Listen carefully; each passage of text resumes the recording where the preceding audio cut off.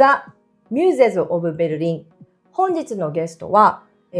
ハンス・アイスラー音楽大学でコレペティトーアとして働いていらっしゃる中川かな子さんをお迎えしております。こんにちは。こんにちは。ようこそ。ありがとうございます。はい、中川さん、じゃあ、ご自身でちょっと自己紹介していただいてもいいですか。はい、中川かな子です。ピアニストで、専門的には各国共演者、コラボレーターっていう言い方するんですけど、をやって勉強したりしてたんですけど、今は大学で教えてる声楽家の子たちを教えてるので、もちろんオペラだのオラトリアだの歌曲も全部生まれるいわゆるこっちで言うとコレペティトワ、ゲザングスコレペティトワということと、それから、私のシュテルには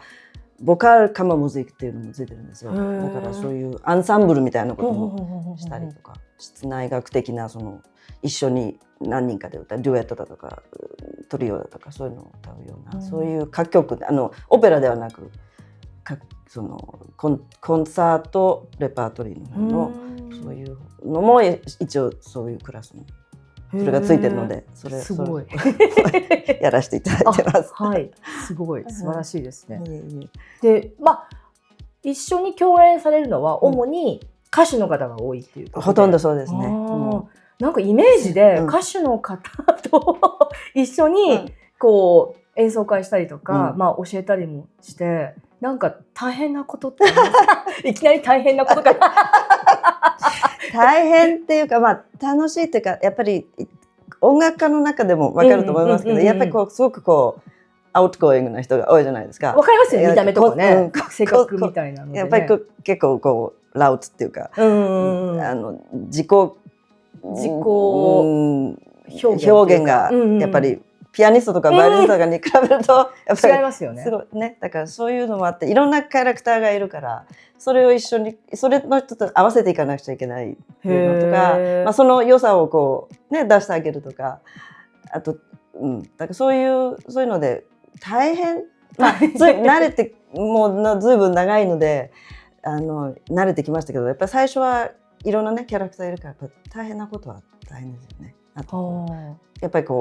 わがままって言ったらあれですけど、音楽的なわがままとか、すごい失礼だけど、そういうイメージがなんか、そういうのもないことはないですね。だから多分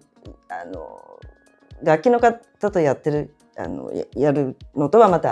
またちょっと違うんじゃないかなと。最初の頃ね、働き始めてっていうか、なんかもうやめたいみたいなこともありました。やめたいことはなかったですね。やっぱりなんか好きでそっちの方に惹かれて、最初はやっぱりみんなソロから始めるじゃないですか、ピアノっていうとね、小さい頃から。でやっぱり室内楽とか行った時に大学の時に副科を取らなくちゃいけなくて、でもちろんなんかバイオリンだのピアノの子はやっぱりバイオリンだのチェロだのなんかしてもいいんだけど、やっぱり大学4年間で新しい楽器っていうのもあれだし、昔弾いたのもやりたくなかったので、バイオリンとかもちょっとね、なんか子供の頃にやったりやりたくなかったら、そしたら福岡で伴奏できるよって言われて、で伴奏をすることになったのがきっかけで、なんかそういうハマってたっていうか、ハマり込んで、そのリートの方にハマり込んで、なんか後でもいろいろ話しますけど、や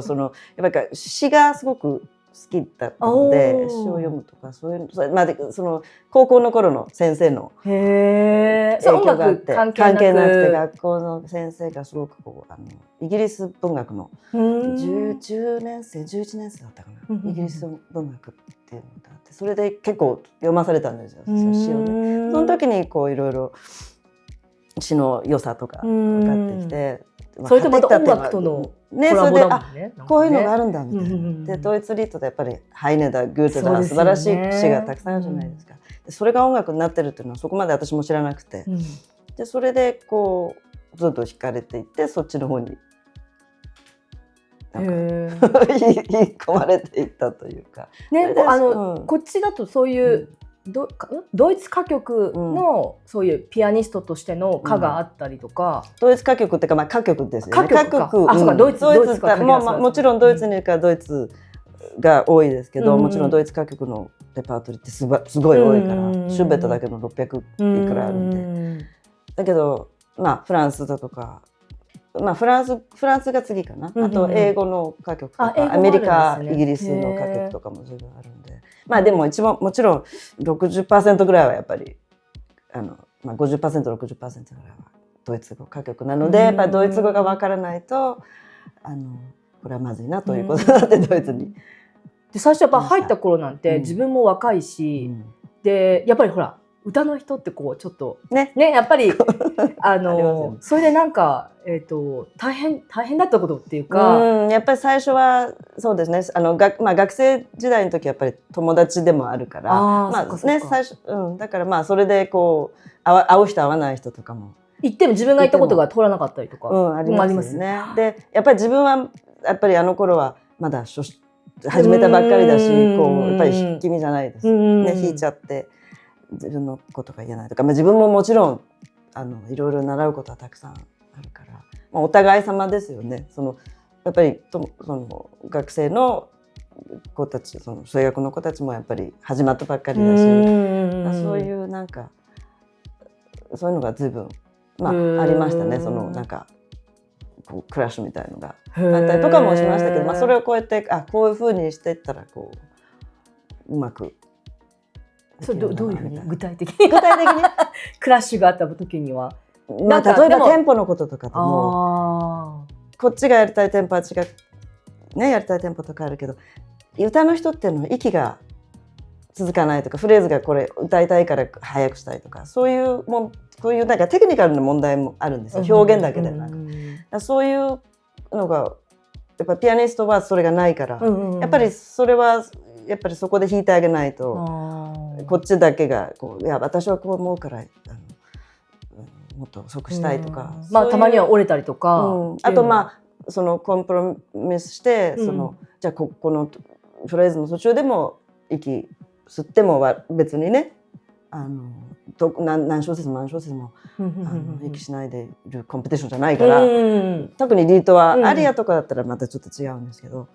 だからそういうコンプロミスのやり合いとか、そういうのがいい勉強になりましたね。とてもいい副科のそのピアノの先生が伴奏の先生がウィーンで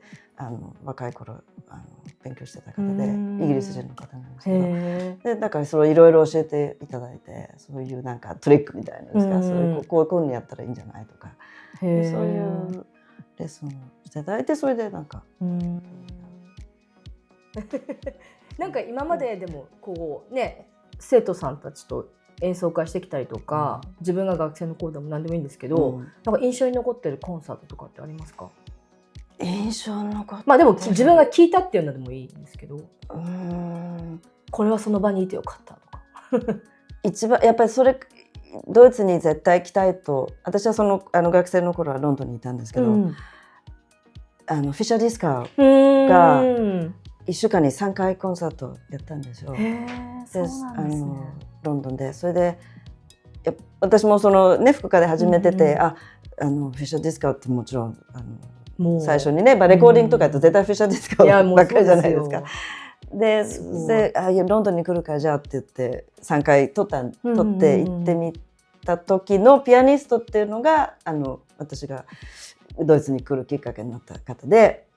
カールズルーエ音大で教えてるということが経歴で書いてあったので、ハートモット・ヘル白井光子先生の一緒にメッゾソプラノの白井光子先生と一緒にリートのクラスをカールズルーエ大学で教えてるってことが書いてあって、それでやっぱりさっきも言いましたけど、やっぱりドイツ語がわからないと始まらないなこれはみたいなことがあって、じゃあドイツに行きたいなっていうことがちょっとそこでそういうのもあった。じゃあロンドンにいる時にもうちょっと本当にドイツに行って行きたいなって何人最初はね、まあ何年か行ってまたロンドンに帰ろうかなみたいな、そんな感じだったんですけど、それがすごく今印象で、うん素晴らしい、もうフィッシャー・ディスカーも素晴らしかったんですけども、ずいぶんね、リタイアのちょっと前ぐらいだったから、まあ、おじいさんでまあ素晴らしい方、巨匠だから素晴らしかったんだけど、何か印象に残ってたのはそのピアノの方で、うわこれって伴奏じゃないんだっていうのがすごい最初に印象に残った最初のコンサートで、あこれやりたいなって、あこういうふうにできるんだみたいな、こうその歌手の方の後ろでこう隠れて弾くんじゃなくて50-50なんだみたいな、そういうのがすごくこう印象に残ったコンサートだったので、でそれでなんかこう先生に手紙を書いて手紙イメールとかじゃなくてその頃はでもそうですよね。そうですね。なんかマネージメントかなんかに書いて、そしたら先生からちゃんと手紙手で書いたまだ来てすごい。でマイマールかなんかで夏季講習するからここに来ませんかみたいな。なんかそういうのすごいいいですよね。今までありますよまだどっかに。すごく思い出に。今はね E メールだから消しちゃったりなくなっちゃいますけど。そうですよね。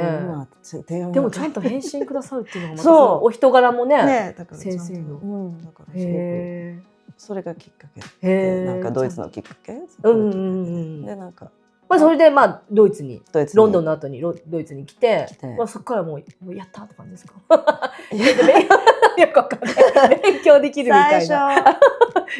私も結構ほら大きな都市そうですニューヨーク。その前中学高校がニューヨークだったところもあって親の転勤の関係で。そうですよね。そうですよね。でそれでまあロンドンに来て、それでその後でその前東京出身なので、そうすると大きな都市ばっかりじゃないですか。それちょっとびっくりしますね。それでカーズウェイとかできて別にカーズウェイって素晴らしいところなんですけど、一応なんか小規模なね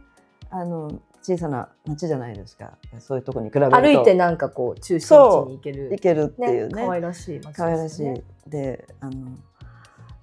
だからそういうところでもちょっと着いた時はショックです。ショックです。ちょっとニューヨークとかロンドンから行ったらそりゃちょっとこのハウパーのね中央駅とかに着いてさ、これ中央駅。そっか。でまあでも慣れるのに。でも後から思い出すとやっぱりそういうところでこう勉強するっていうのにすごく集中できたので。何年ぐらいカルスリー？それもね長く伸ばして7年ぐらい大学では勉強してて、あの頃マスターとかなかったので、アウフパウストゥリウムカーって言われるコンサートアウフパウストゥリウムっていうのとコンサートエグザムっていうのをやったので、結局7年ぐらいでその後そのいわゆるコレペティションのシュテレって教えてたので、なんだかんだ15年ぐらいお世話になった年なんですけど、最初まあ生徒としては7年ぐらいでした。いつぐらいからもうそういう音楽をなんていうのかな仕事にしようって思ったのは、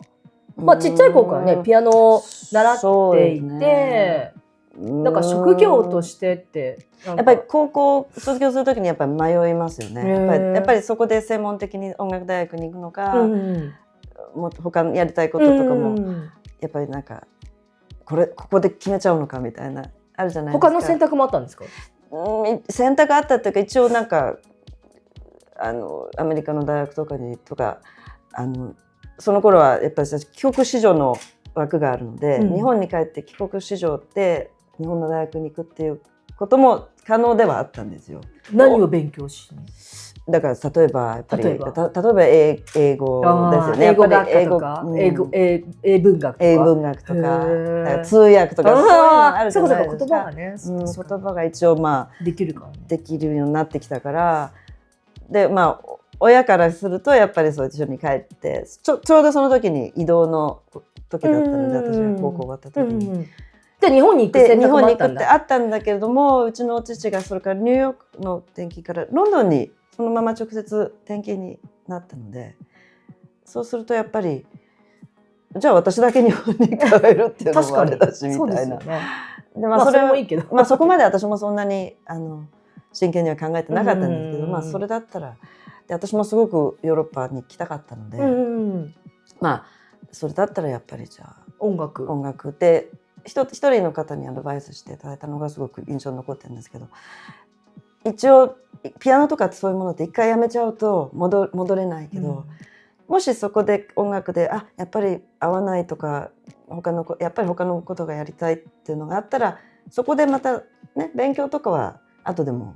できる。だけど反対は難しいから最初にやっぱりそれだけやっぱりピアノ今までやってきていろいろ随分ね練習もして頑張って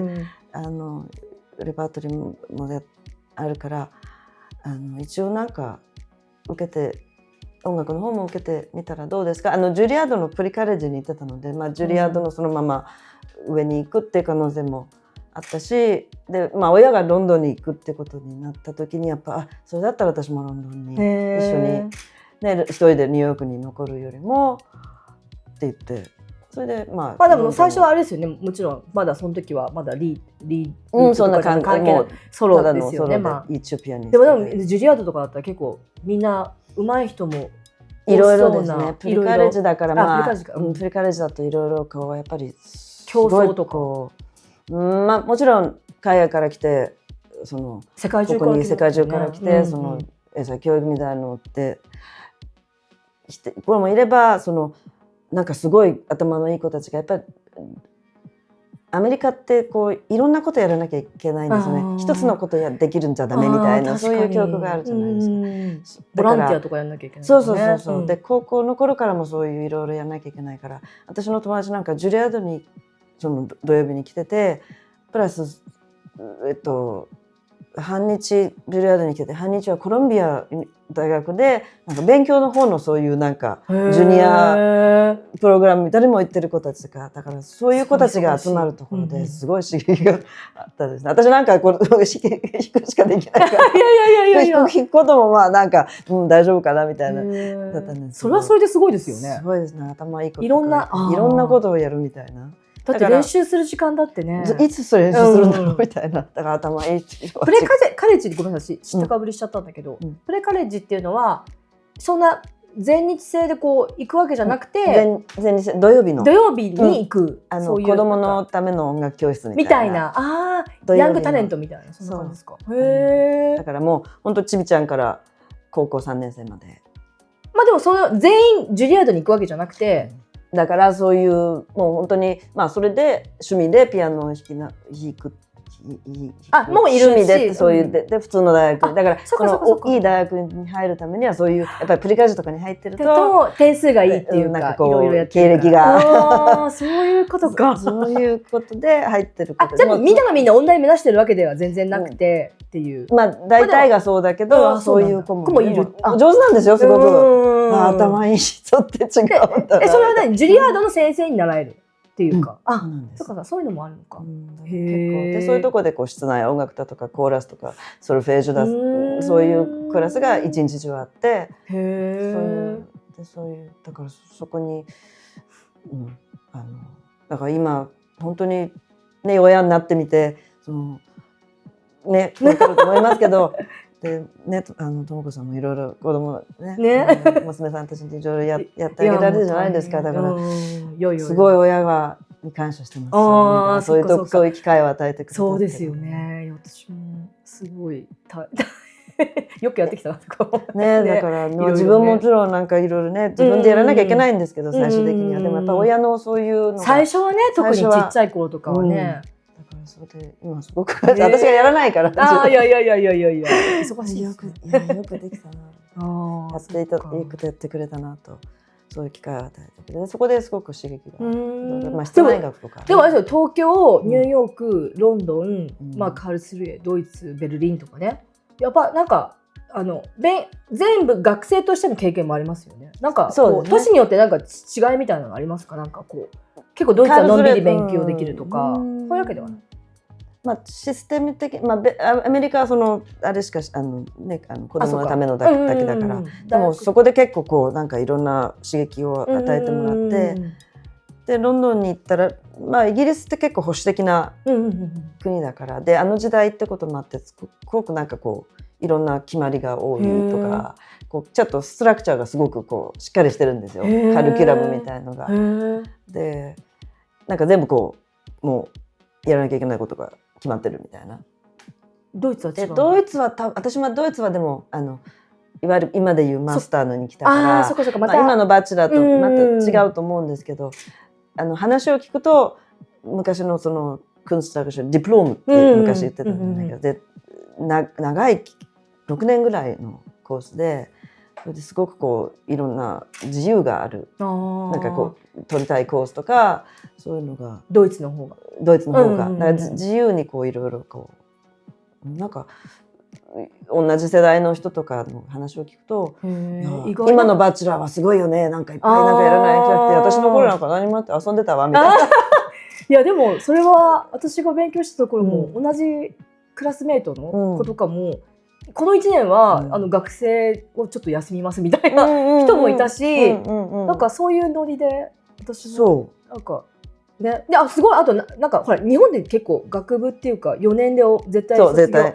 する人が多いけど、なんか40歳とかになっても普通の学生でいたりとか、そうそう、なんかウーラップセメスターだツーダセメスターだなんか私もそうなんだから人のこと言えないんですけど、いや私7年もいた人そう普通はだからアウファーシュトゥリムとか 2年なんですけど、ね、4ゼ目そういうのでも自由に選ぶ。なんかこの間もなんかこうカフェでなんかお茶してたら、なんかたまたま友達が来て喋ってて、でもその人60以上の人なんていうのかな、ちょっともうね、それこそリタイア寸前ぐらいで話してたら学生だって言うから、すごいそう学生なんだと思って、そうまあちょっと今は分かんない、まあちょっと前だからあれだけど、もう一回そうやって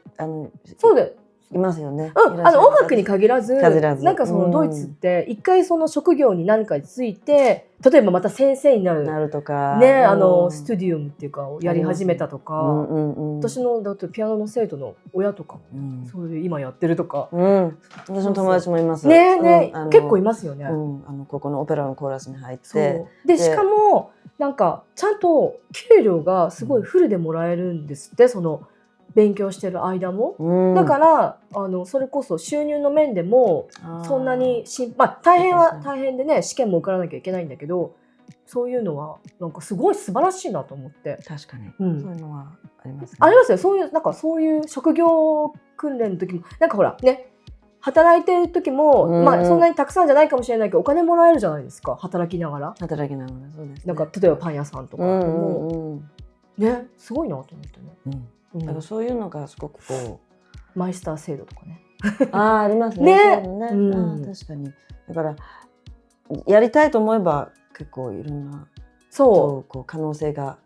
あるんだなみたいな。でなんか本当にお金はあんまりかからないというか、まあそれはあるんですね。あんまりこう経済的な格差がなくて、なんでなりたいものに頑張ればなれるよみたいな。そういうのがすごくデモクラッすごく優しい国ですよね。確かに。随分厳しくは昔はなってますけどね。確かに。とはいえですよね。とはいえ音楽の教育のシステムにしても、その音楽学校とかから始まり、ね、そこからイギリスなんかはだからやっぱりこうクラスシステムが今までもあるので、やっぱりそれでこういろいろ変わって、やっぱり例えばイギリスの人はイギリス人は無料だけど、でカーマンウェルスの人はもうちょっと払って、カーマンウェルスも無料だったのかな。でその外国人はすごくお金を払う。カーマンウェルスって何ですか？カーマンウェルスってイギリスの、昔の植民地だったところの、インドとかじゃなくて、インドとかパキスタンとかカナダとか、カナダの一番上のシュターツオーバーハウプトっていうのかしらは一応今でもイギリスの王国の、例えば今はチャールズ王国が、そうなんですね。へえ。カーマンウェルスのなんか昔のその植民地のイギリスっぽいあるんですよね。だからまあそういうのもあって、やっぱりちゃんとこう節度がこうパパパパッとしてるクラスなんていうの階級みたいな。昔のそのが残ってて、まあ今はもっと違うと思うんですけど、今の時代はね。私が勉強してた頃なんかまだいろいろドイツでやっぱりあれかなこさんに一応日本人日本人一応日本人です日よ。本で生まれて両親もそうやっぱこのプロジェクトは結構やっぱり、り若い、うんまあプロを目指すうん芸術家とか、まあもうプロですでに頑張ってる若いうん女性、うん日本人の女性を応援したいっていう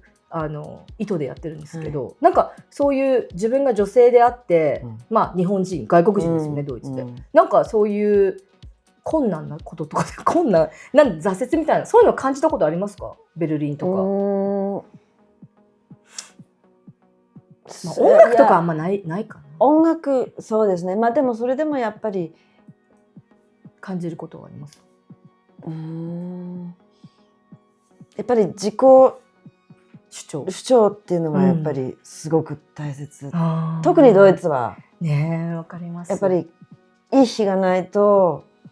生きていけないじゃないですか。まあ普通の生活でもそうですけど、それはまあ女性であっても女もちろん性でも女性あるからあるから局に逆にそっか逆にで女性で外国人でってなるとやっぱりドペル、ね、確かにマイナーダっていうかブルにマイナーっていうかもっとこうやらないと。あでもやっぱりこう、だからまあミーティングとかでも今も思うんですけど、こうね、先生たちのやっぱり何か言わないと自分のこうなんかこうシュテンプルみたいなのを私はこう思うみたいのを言わないとやっぱりこう認めてもらえないなんか声かけてもらえないみたいな、そうなんかわかんないけど、そういうわけではなくてやっぱり、人間としてあ自分の意見があるっていうのがすごくこう大切な。まあどんな意見でもいいから、どんな意見でも別に他の人と別にほら日本とかだったらやっぱりこうみんなと合わせますそうでっていうすよね、確かにいいとこもあるんですけど、それもまあそうですね。だけど音楽とか芸術とかになるとやっぱり自分のね意見でもなんかみんながバーって言ったらなんかちょっとやっぱ慣れないっていうか最初の頃は、そうなんですよ。今言おうと思ったのにみたいな、もう終わっちゃったみたいな。やっぱりそうタイミングをそう最初はそうですよね。こっちの人なんかもうね、ってことはバンバンってこう来るじゃないですか。ってことはやっぱりドイツ語はやっぱり話せた方がいい。やっぱそういうミーティングって全部ドイツ語ですよね。一応そうですけど、まあ今の時代だからまあ英語でももうちょっとなんか英語で話す人もいます。で生徒とかもね今英語多くなってきてるので、で犯罪者なんか本当オフィシャルになんか E メールとかでも全部ドペルで英語とドイツ語版英語版みたいな。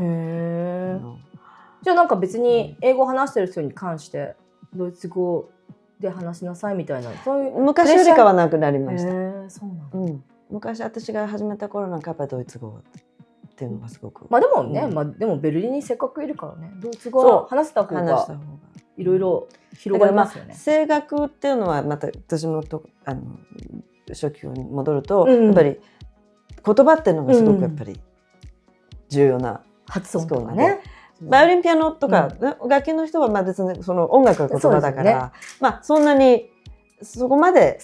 オーケストラに入ってまあもちろんっていうのはあるだろうけども、コミュニケーションとか、特にピアニストのあんまり関係ないじゃないですか。でもやっぱ声楽っていうのはやっぱり言葉が合うのだから、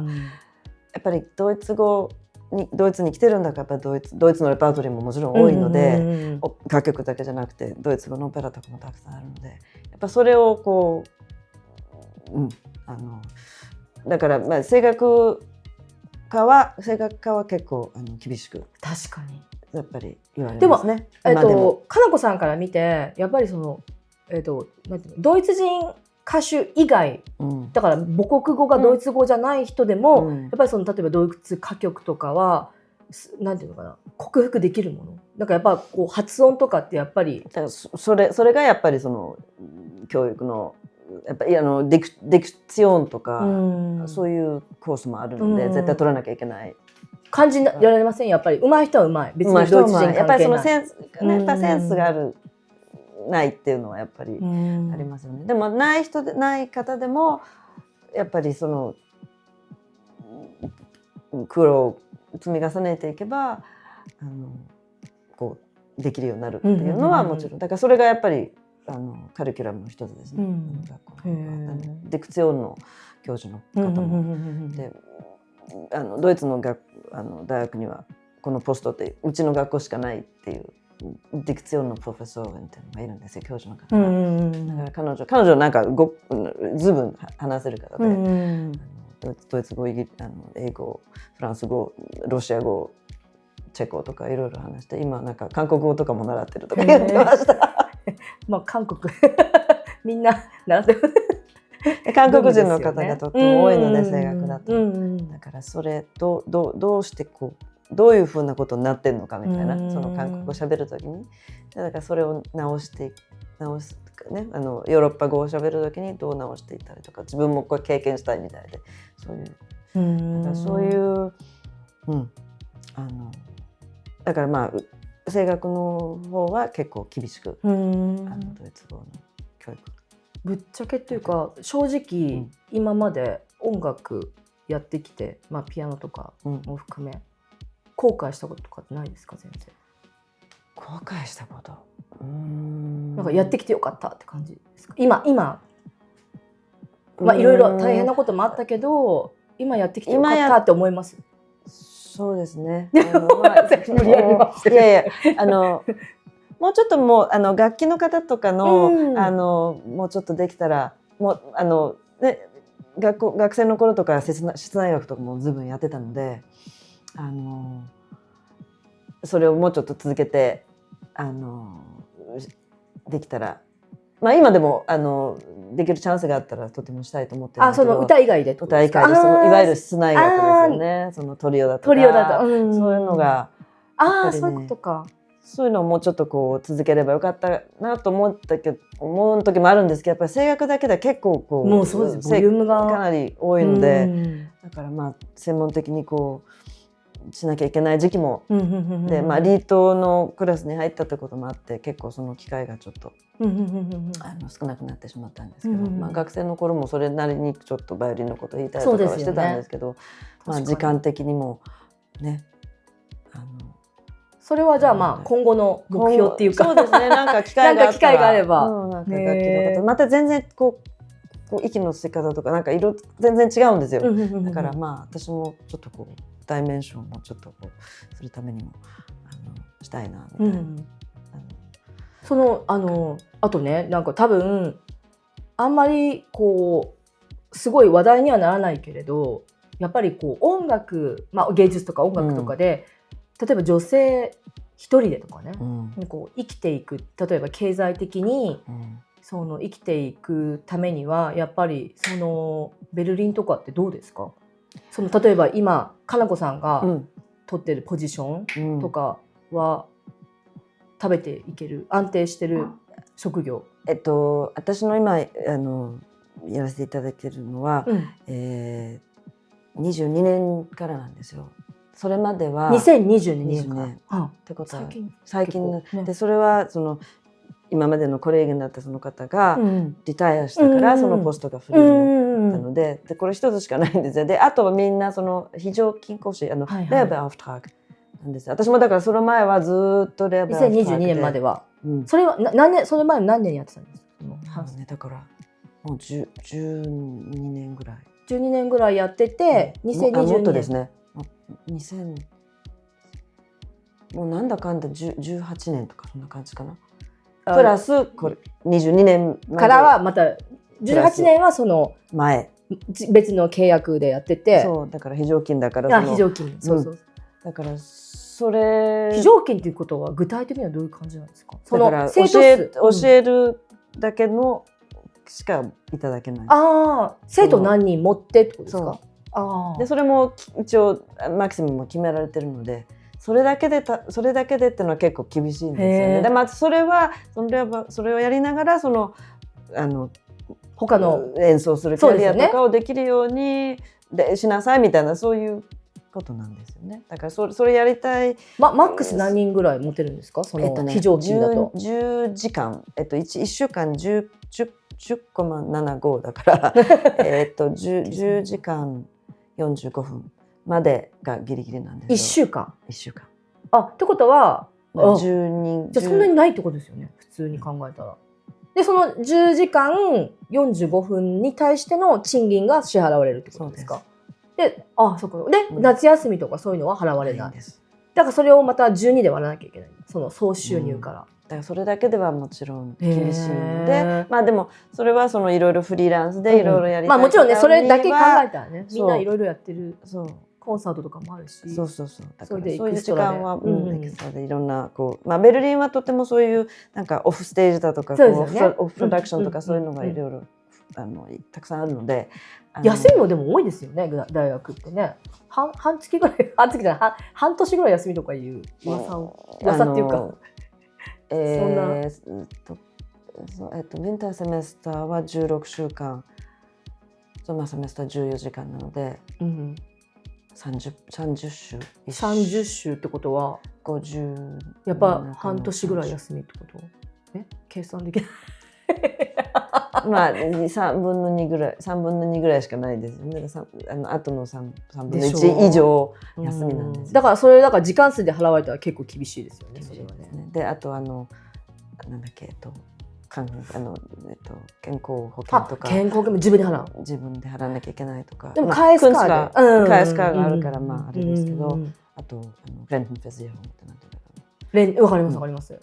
そういうのとか払ってもらえないので自分でやらなきゃいけないとかあるから、それはでも最初はみんなそこから始められるんですよね。その今生徒さんだった人がだってそのポジションをもらうのでも大変なのに、そうですね。それからみんなこう始めていらっしゃる方が多いですね。スタジオも終わって他の人はじゃあまあそっか、じゃあそれを持ってる人非常勤だとコンサートやったりフリーランスでいろいろ教えたりとか、それでみんなやってってる、何やかんややってってる。でそれで経験、まあでもそれでもやっていけれるっていうのはね。そうですね。そうですね。でまあ私も公務ショッパーでアルバイトしたりとかそういうことしながら生活してました。だからでその2022年からはその一つしかないポジションを一応すごいおめでとうございます。それは何？教授ですね。教授ってドツェントっていうKünstlerischer Mitarbeiterっていうか、Künstlerischer Mitarbeiterっていうのかな。だからなんかレーバーフと教授の間みたいなポジションで、だからまあ教授とまああんまり変わらないぐらいのワークロードなんですけど、ポジションがないみたいな、タイトルがないみたいな。でもなんか素晴らしくないですか？だって日本人でその一つしかないポジションで、多分ドイツ人の人もいるだろうし、それがなんか日本人に与えられるって結構やっぱり、まあもちろん優秀でもそれこそねすごい努力されてきたんだなっていう。同じところで同じ職場で他のとこ行かなくて、でみんなはだって欲しい非常勤のもうなんか憧れて夢みたいな取ったわけです。すごい。だからすごくありがたい。へえ、すごいすごい。給料ってこういうことかみたいな。じゃあそれって私フリーランスなんですけど、休んでもこう休んでも病気にもなれるし、で子供が病気にもなれるし、すぐね書いてもらえるできないじゃないですか。病気になれないとか。それマックス手当がないみたいな。手当。羨ましい。だからそれがすごくなんかこう、まあ子供たちにとってもやっぱその将来のね、やっぱなんかこう落ち着いたっていうか、その心の中が落ち着いたよかったなと思うけど、まあその前があったからやっぱりこうね、いろいろ経験がいろんなことできるって、いやでもそこまで行くのにね、結構辞めちゃう人とかもいる。辞めるっていうか。まあもちろんいろいろ引っ越したりとかね、いろいろ他のことをやらせたりとか、結婚とかね、わかんないですけど、まあいろんな道があると思うんですけど、でもみんな若い子たちとかその生徒だった子たちとかいるね、日本人の子とかもたくさんいらっしゃるから、見てるとみんな頑張っていろいろプロジェクトやったりとか、自分でプロジェクトをこうクリエイトしたりとかして頑張ってみんなやってるから、すごくなんかでもやっぱり自分が日本で例えば音楽家でやっていこう、まあ日本にいたとしたら音楽家でやっていこうって思いますか？まあでも日本にあんまりやったことがないからね、想像でしかない。もちろんいっぱい日本で音楽活動されてる人もいるし、成功されてる人もいる。どうだろう、私もシステムの範囲に入ってないからわからないけど、やっぱり私のお友達で、まあこっち日本で勉強してこっちで活躍してて、また日本に帰った方のお話とか聞くと、やっぱりなん